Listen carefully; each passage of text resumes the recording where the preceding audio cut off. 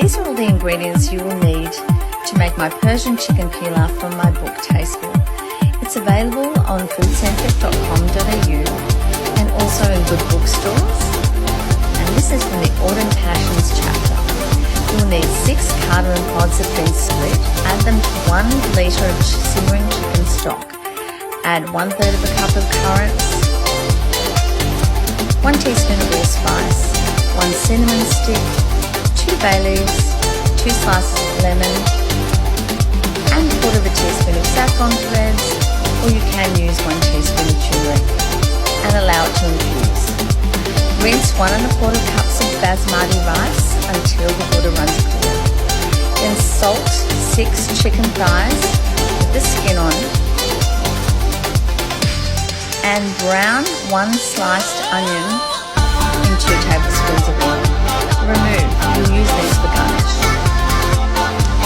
Now brown the chicken thighs on each side. You don't need to cook them all the way through.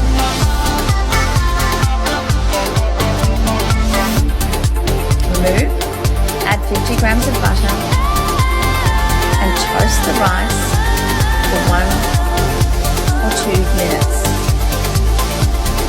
Add the stock,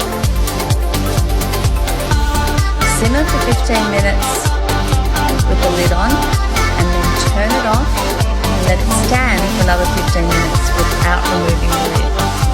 At this point, the rice should be cooked. Spoon it onto a big platter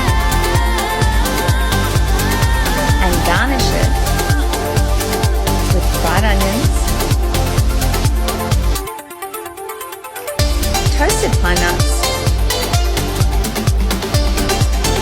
fresh pomegranate arrows, and a sprinkling of mint. And that is then finished with a drizzle of pomegranate molasses, or you can use balsamic glaze.